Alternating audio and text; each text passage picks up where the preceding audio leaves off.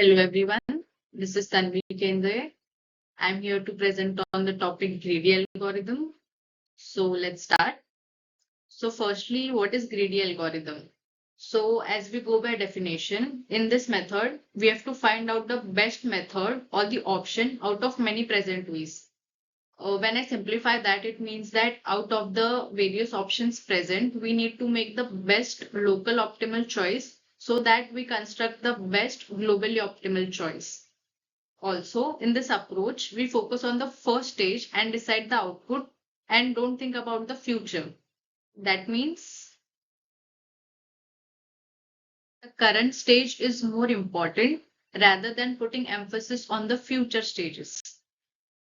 Next, when we discuss about the properties, there are two major properties which needs to be focused on. First is the greedy choice property that we already discussed, which suggests that to make a locally optimal choice at the given stage. Second is the optimal substructure, which portrays that optimal solutions contain optimal subsolutions.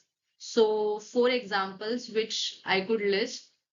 First is the fractional knapsack problem. Second is the minimum spanning tree, which includes Prim's and Kruskal's algorithm, which we will discuss further in more detail. Third is the Huffman code. Fourth is the job sequencing. So moving forward, when we discuss about the steps for achieving greedy algorithm, we discuss that whether it satisfies problem of possible constraints or not. So the two properties here which we refer to is local optimal choice, and the second is it should be unalterable, which means that once the decision is made at any subsequent step, that option is not altered.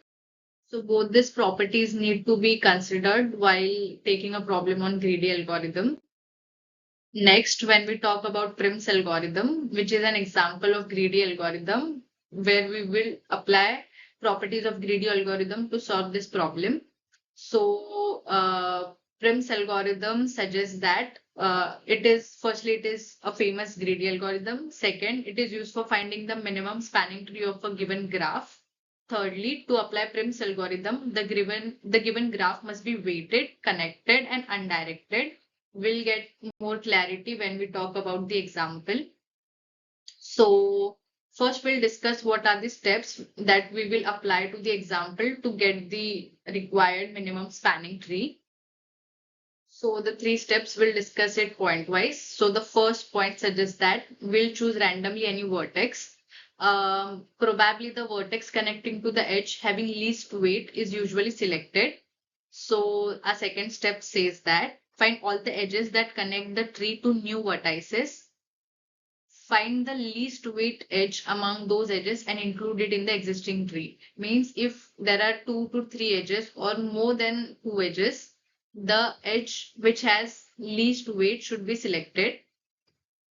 If including that edge creates a cycle, then reject that edge. We need to consider that while solving such problems, we should observe that it should not create a loop or a cycle.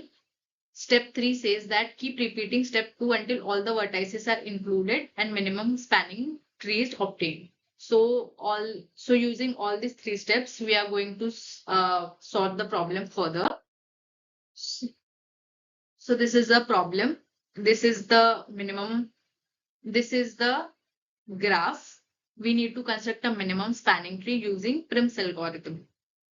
So firstly, we'll select a vertex. When we consider vertex 1, the shortest edge, the minimum weight edge we could see here is from vertex 1 to vertex 6. That gives us the weight 10. From 6, we see the next vertex is to 5, which has the minimum weight that is 25. From 5, we can see there are two options. First is 7 and second is 4. We need to select the minimum weight. So we have selected 22. As I have mentioned it in the steps, 22.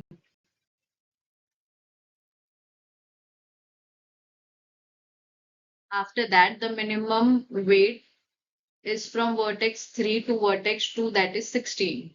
From vertex to again we have two options, but as we have to consider the weight with the edge with minimum weight. So we'll consider from to vertex 7, as it is not forming a loop also, and we get the minimum weight over here also. It is very important to highlight that in a minimum spanning tree, a loop is not formed. So since we have covered all the vertices in the minimum spanning tree, so we will stop. Now the cost of minimum spanning tree is equal to sum of all edges. 10 plus 25 plus 22 plus 12 plus 16 plus 14, as we have calculated in the example, is equal to 99 units. So this is the weight of the tree that we had to solve. So further talking about the advantages of greedy algorithm. Firstly, simplicity and ease of implementation. That is, greedy algorithms are straightforward and often easier to code and understand compared to backtracking or dynamic programming. Second is they are fast and efficient with lower time complexity, especially for problems where greedy choices lead to an optimal solution. Third is for specific problems like prims, as we have discussed, Kruskal's Huffman coding, the greedy approach provides the best possible solutions. So the disadvantages of this approach include, first is they are problem specific. That is, they only work for a limited set of problems where the two properties that we have discussed, that is the greedy choice property and optimal substructure, where they are true, only there it can be applied. Second is there is no backtracking. That is, once a decision is made, the algorithm does not reconsider it. Okay. Third is difficult to prove correctness. That is, for many problems, it is challenging to prove that the greedy approach will give the correct or the best optimal solution. So when we talk about the time complexity, greedy algorithms in general don't have a universal time complexity. But here's an overview. If sorting or a heap is involved, then the time complexity is big O of n log n. And if it is a single pass with simple decision, then it is big O of n. So as we have got a gist of greedy algorithm, now we are here to discuss about greedy algorithm versus dynamic programming. So dynamic programming solves problem by breaking them into overlapping subproblems, then storing the result of the subproblems using tabulation or using memorization and building up the final solution. Secondly, it guarantees an optimal solution for problems with optimal substructure. Whereas in greedy algorithm, if the properties were not fulfilled, then it would not lead to an optimal solution. Thirdly, although it may use more time and memory than greedy algorithm, it can revisit and update previous decision, making it more reliable for complex problems.